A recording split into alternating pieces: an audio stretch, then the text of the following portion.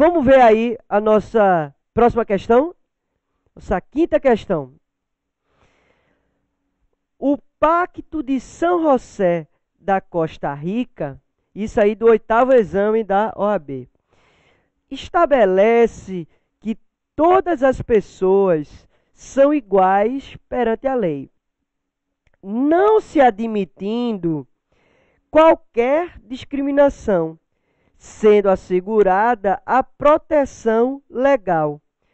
No que tange ao direito indigenista, segundo a norma brasileira, assinale a afirmativa correta.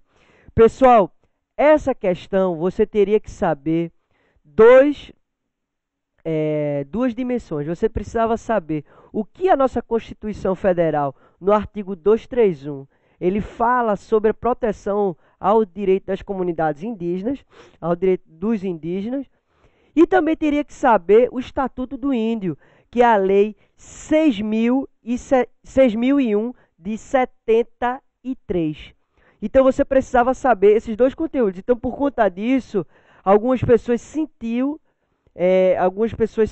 dificuldade nessa questão, certo? Porque não leu o Estatuto do Índio e tal.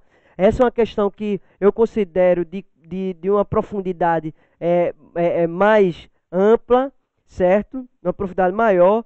Então, vamos ver o que é que a questão pediria para você. As terras tradicionalmente ocupadas pelos índios destinam-se à sua posse permanente, cabendo-lhe o usufruto exclusivo das riquezas do solo, dos rios e dos lagos, e irrelevante o interesse público da União, sendo nulos e não produzindo efeitos jurídicos os atos que tenham por objeto a ocupação, o domínio e a posse das terras. Gente, isso aí está previsto no parágrafo 6º do artigo 231 da nossa Constituição Federal. E a questão está toda certinha. Quando ele chega no ponto irrelevante, joga aí na tela, irrelevante o interesse público, é onde a questão faz a pegadinha.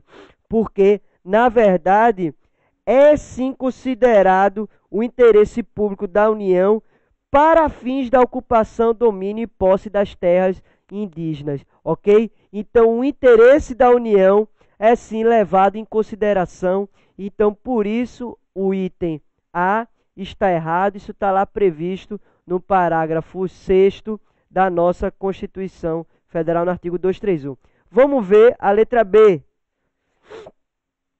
Os índios e as comunidades indígenas, ainda não integrados à comunhão nacional, ficam sujeitos ao regime tutelar, mas qualquer índio poderá requerer ao juiz competente a sua liberação do regime tutelar, mesmo que não conheça a língua portuguesa. Pessoal, tá errada essa questão. Joga aí na tela. Aqui, ó, mesmo que não conheça a língua portuguesa, isso tá falso. O nosso artigo 9º do Estatuto do Índio, ele traz quatro requisitos para que o índio ele requeira essa sua autonomia.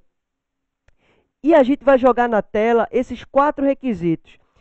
Vê aí, ó, cuidado com esse primeiro aqui, ó. Primeiro, ó, idade mínima de 21 anos.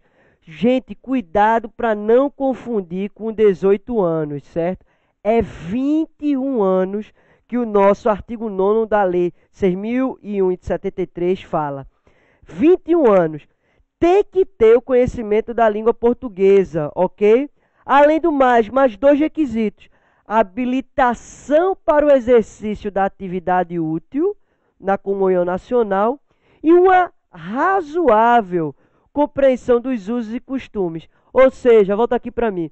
Ele está inserido nos costumes não índios, ok? Então, isso é passado por uma análise antropológica, uma análise de um grupo de especialistas que vai ver se esses requisitos estão sendo cumpridos, para aí sim ser garantido essa sua autonomia plena, ok? Beleza? Então, tá errado essa letra B.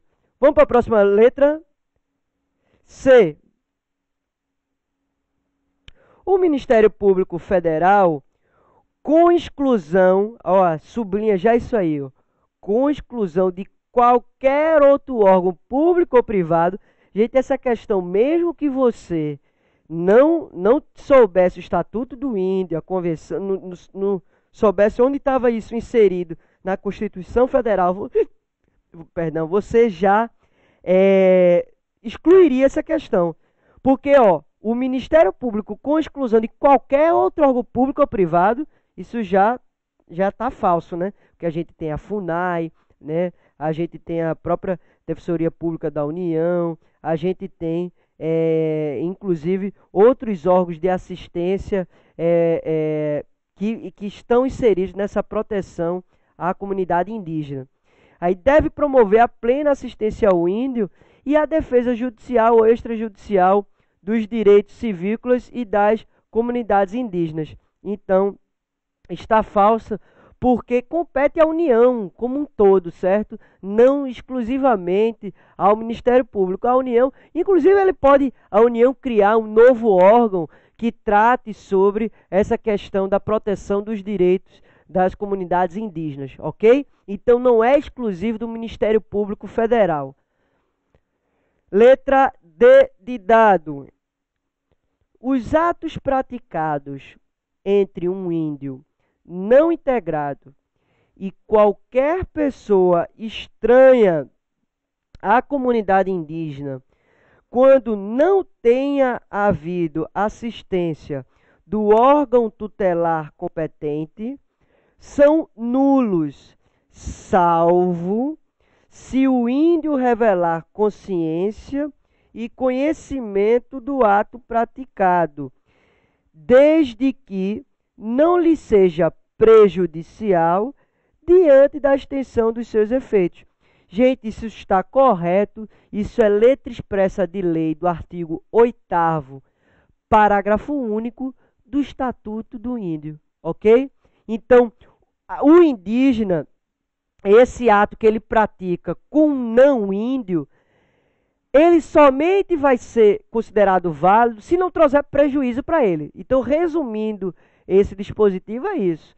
Somente vai ser válido se não trouxer prejuízo a ele, ou então ele tenha consciência do ato que esteja sendo praticado, ok? Sendo, inclusive, considerado nulo. Então, por exemplo, o que acontece muito é a questão da assinar algum documento para uma teórica venda de uma posse, ou então de um teórico contrato de exploração de uma área de reserva indígena, né, que é proibido, né? Então, se isso for, esse contrato for estabelecido, esse contrato ele pode ser considerado nulo, ok? Beleza? Isso está lá no artigo 8º do nosso Estatuto do Índio. Vamos ver o nosso próximo. Perdão, eu falei errado, não, ela está correta, certo? Ela está correta, é exatamente isso que a gente quer. Então é isso. Resumindo, é isso.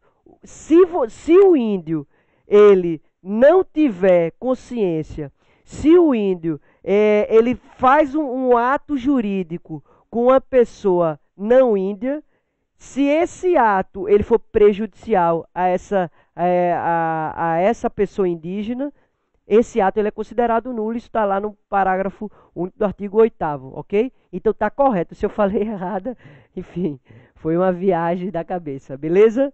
Então está correta, letra D é o que a gente marca, beleza?